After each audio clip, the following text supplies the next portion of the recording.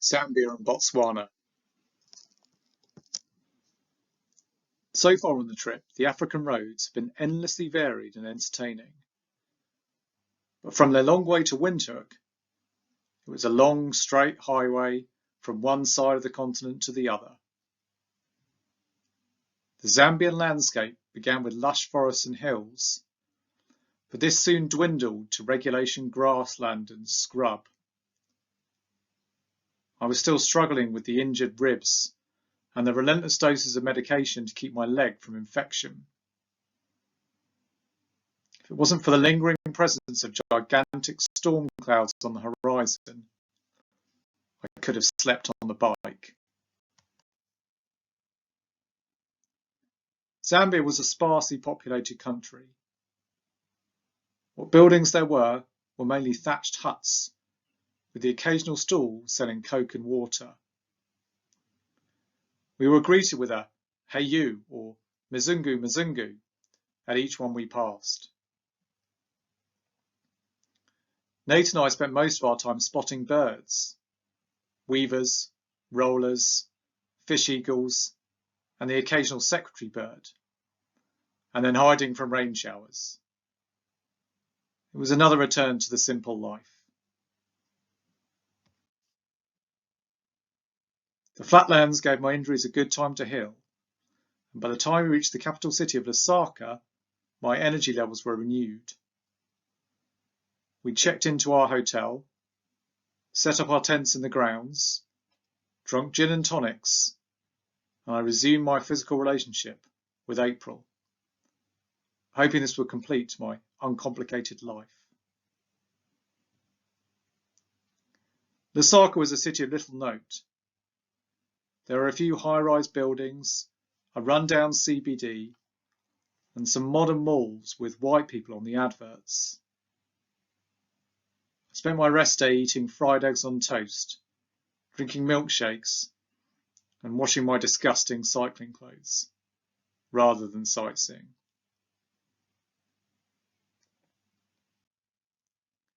Back on the road with Nate, I felt a strange sense of guilt. It was as if by having been with April, I had somehow cheated on him or done something bad. I started to realise that maybe my affection for him was becoming more than simple friendship, and that the openness of the tour experience, knowing all of our deepest physical and emotional feelings, understanding our strengths, weaknesses, tics and habits, had given us the shared intimacy of lovers. Nate knew things about me no one else did. I was sure it was the same for him. And that gave us a special bond. We discussed April briefly, then moved on to our usual pastimes of bird spotting and deciding whether we'd shag, marry, or kill the other riders. Maybe I was overthinking it all, but I didn't want anything to come between us. Soon, Victoria Falls appeared on the horizon. Its local name is Mosi Owatunya, the smoke that thunders. And as the mist of the falls appeared far in the distance, it was clear how appropriate this title was. We cycled into the adjacent town, Livingston, an affluent outpost with boutique shops, palm trees and green verges, and set up camp in the grounds of one of the mock colonial hotels. Mzungus were everywhere, sipping on gin and tonics, talking loudly in American, German, and Chinese accents. I spent the evening in the hotel bar with April. We drank cocktails, then lay together on the sofa until we were eventually turfed out. She invited me back to her tent, but I felt reluctant and went back to my own to sleep. It still felt like I had more important relationships to maintain. We now had 2 days to rest, but being tour cyclists, our rest options of choice were whitewater rafting on the Zambezi, helicopter rides, and bungee jumps off a bridge over the falls. Mossy Owatunya was a spectacular sight. The full width of the Zambezi River plummeted in a single vertical drop into a chasm over a mile wide. Helicopters gave an idea of scale. Rafting made us feel the effects of the water. But there was no better view than standing on the bridge over the falls, watching the gargantuan cascade, hearing the roar, and feeling awestruck and insignificant by the scale of it all. Africa had humbled us once again.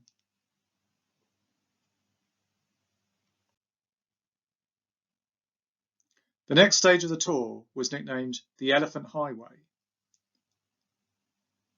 Botswana has the largest concentration of African elephants in the world, and true to form, the moment we crossed the border, an elephant appeared out of the bush. I stopped quickly and took out my camera, while Nate stopped and fell out of his cleats and onto the road. The elephant darted back into the bush, outsmarted by animals once again.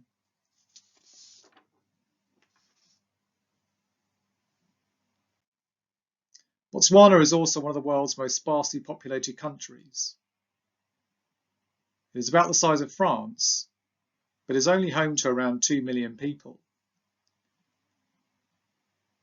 Many areas are protected national parks or reserves, significantly the Chobe National Park in the east and the Central Kalahari Game Reserve in the west. The land is mainly scrub and bush. It was not the most exciting for cycling, but paradise for wildlife. Groups of elephants wandered over the road, giraffes clustered around our lunch stop, and warthogs scuttled alongside our bikes. At the campsite, we even heard lions growling in the darkness. Maybe not everyone was so happy to see us.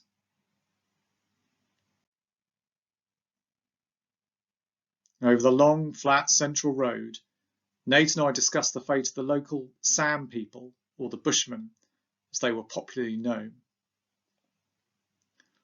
This were an indigenous group who had maintained a subsistence life in the country for millennia, but had recently been displaced by farming or redistribution of land to white settlers.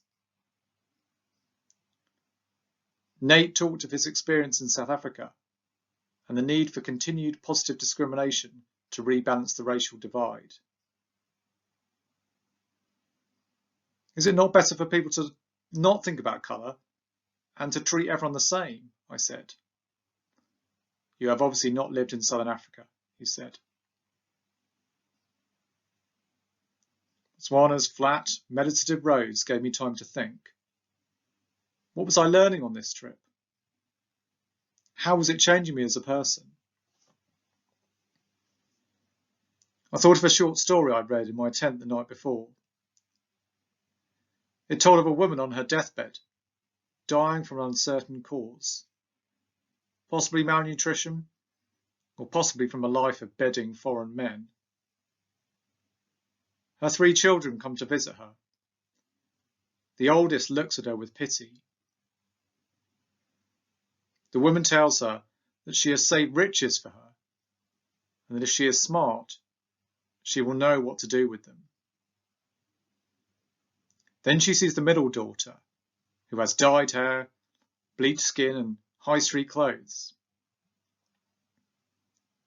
She tells her that whatever she does, she will always be African. Then she sees the youngest, with a Chinese symbol tattooed on her shoulder. She tells her that China has changed nothing, aside from introducing more mismanagement and corruption, and a world ruled by dictators.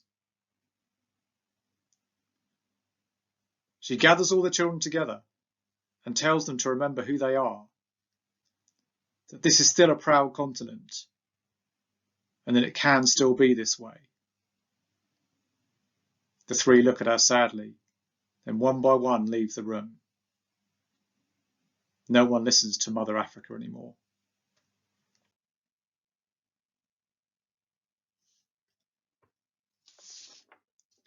We cycled on into the Kalahari Desert.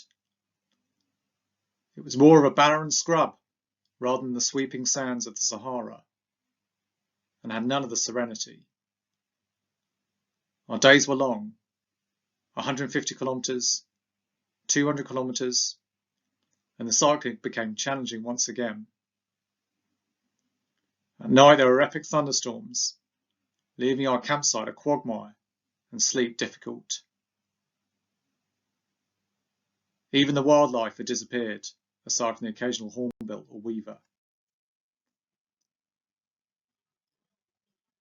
Nate and I cycled in silence, pushing through the miles and letting our legs do the talking. It was tough, but there was nothing we could do to change things, or would have wanted to. Every day was still better than sitting in an office. We reached the Namibian border after a 200-kilometre ride and bought ourselves as many chocolate bars as we could find. Another country down, only 2 to go. Africa was deep inside us.